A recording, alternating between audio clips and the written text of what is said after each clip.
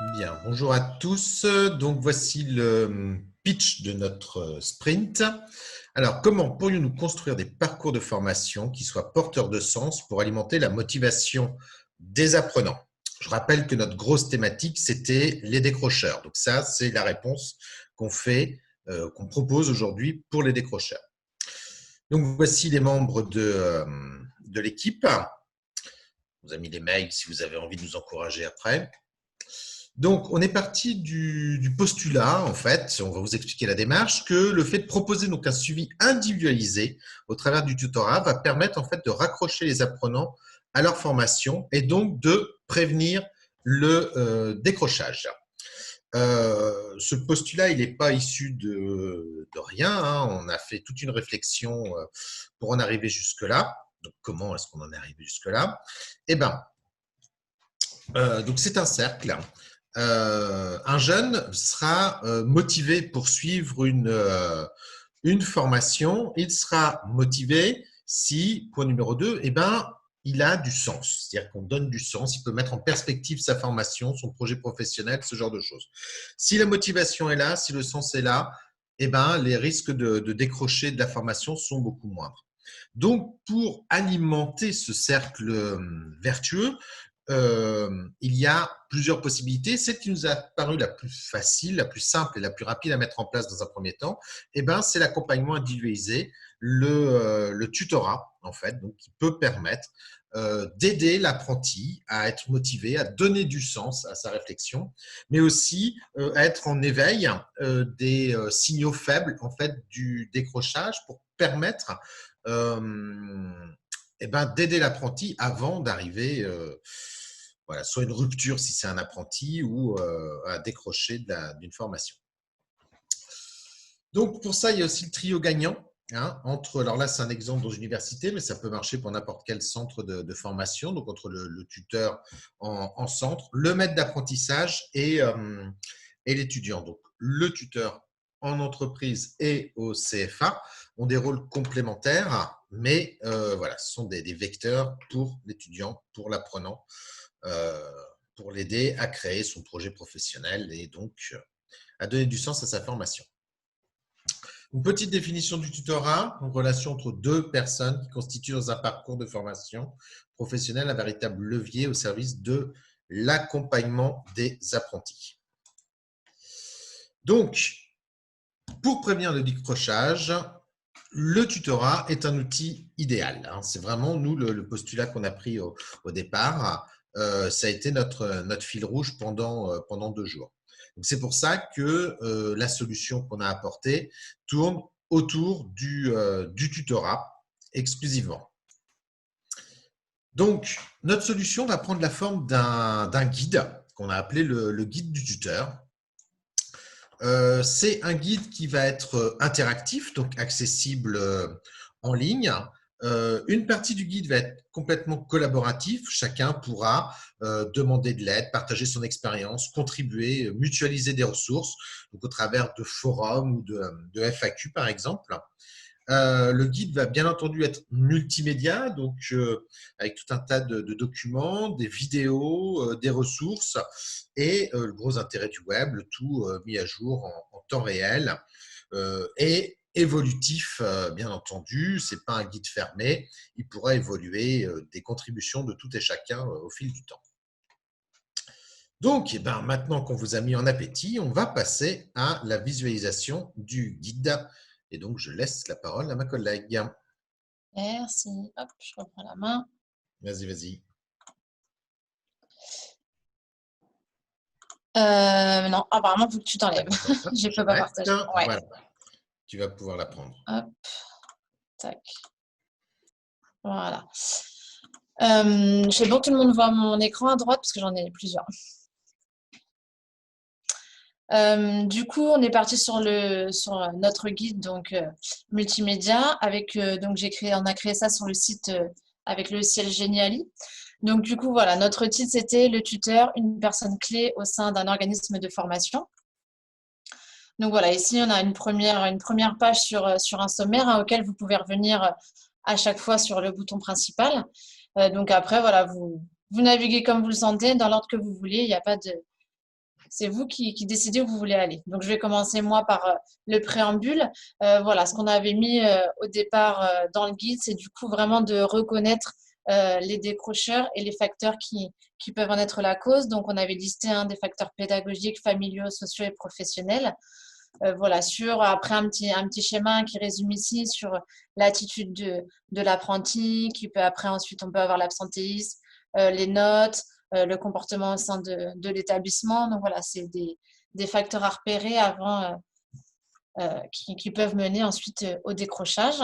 Donc ensuite, voilà, vous pouvez toujours revenir à votre menu.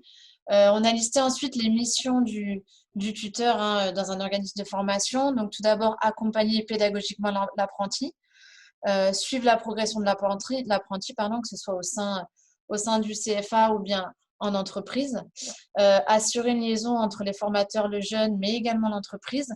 C'est ce que disait tout à l'heure Sébastien, c'est un cercle vraiment à trois. Il y a quand même le CFA, le jeune et aussi l'entreprise. Il faut que le lien se fasse entre les trois pour que tout fonctionne. Également important de visiter l'apprenant dans l'entreprise, donc avec le maître d'apprentissage, et par la suite de faire un retour avec le jeune, donc lors d'entretien au CFA la plupart du temps. Et puis à la fin de sa formation, voilà, le jeune il peut aussi demander de l'aide pour s'insérer professionnellement auprès de son tuteur. Voilà, donc je reviens à mon menu. On a listé aussi la posture que doit prendre le tuteur au sein d'un organisme de formation. Donc, pratiquer une écoute empathique, valoriser l'élève, changer sa posture entre formateur et tuteur, puisqu'en général, la plupart du temps, c'est quand même un formateur qui prend le rôle de tuteur.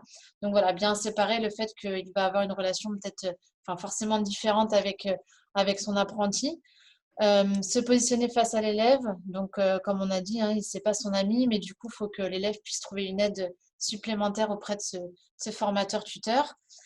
Prendre le temps de comprendre les difficultés de l'apprenant, prendre le temps bien sûr de l'écouter, ne pas être dans le jugement. Voilà, s'il y a un jugement qui est porté, ça paraît assez logique, mais voilà, si le jugement est porté, l'élève il peut se braquer, l'apprenant peut se braquer, et du coup pas forcément après être ouvert au dialogue et à se confier par la suite à son tuteur s'il a des problèmes.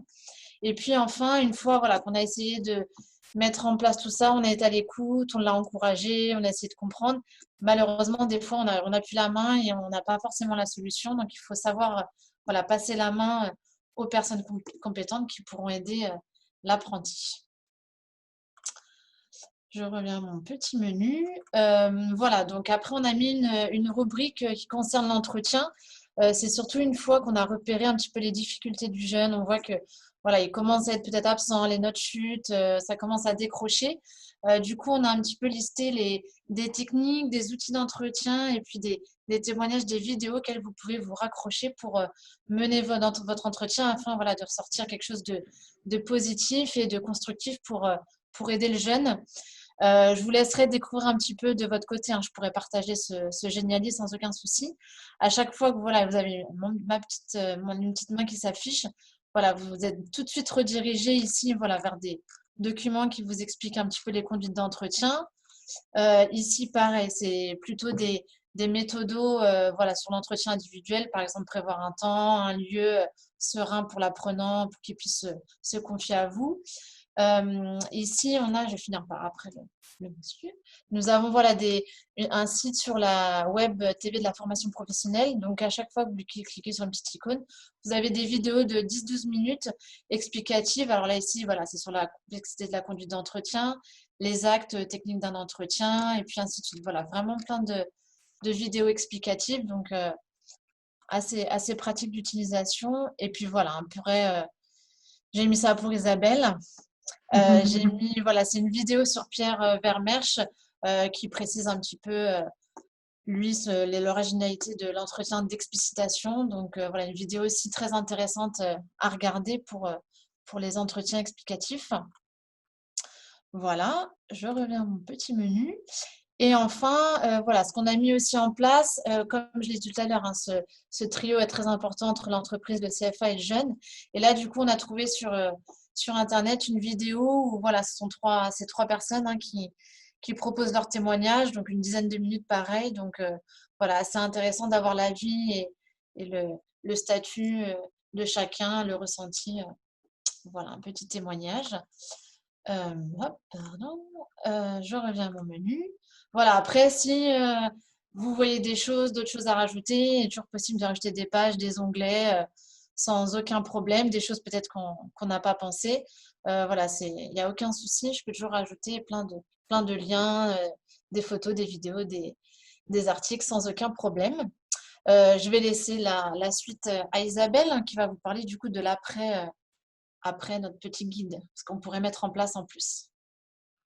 J'arrête mon partage. Hop, voilà. Alors, pour la suite, j'attends la petite image. Parfait. Alors, pour la suite, il nous paraît important de créer une ou plusieurs vidéos tuto d'entretien type. Ça nous paraît important que les personnes aient un exemple ou plusieurs. Il nous faut également mettre en place le volet collaboratif à disposition des équipes pédagogiques. Alors, la fac, avec des témoignages de vrais cas, de situations vécues. Elle sera alimentée grâce au forum, aux questions soulevées, aux échanges, aux retours d'expérience.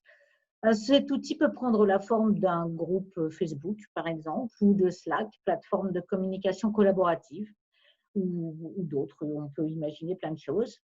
Et je vous invite maintenant à nous poser des questions, faire des remarques, échanger avec nous sur nos idées. Voilà.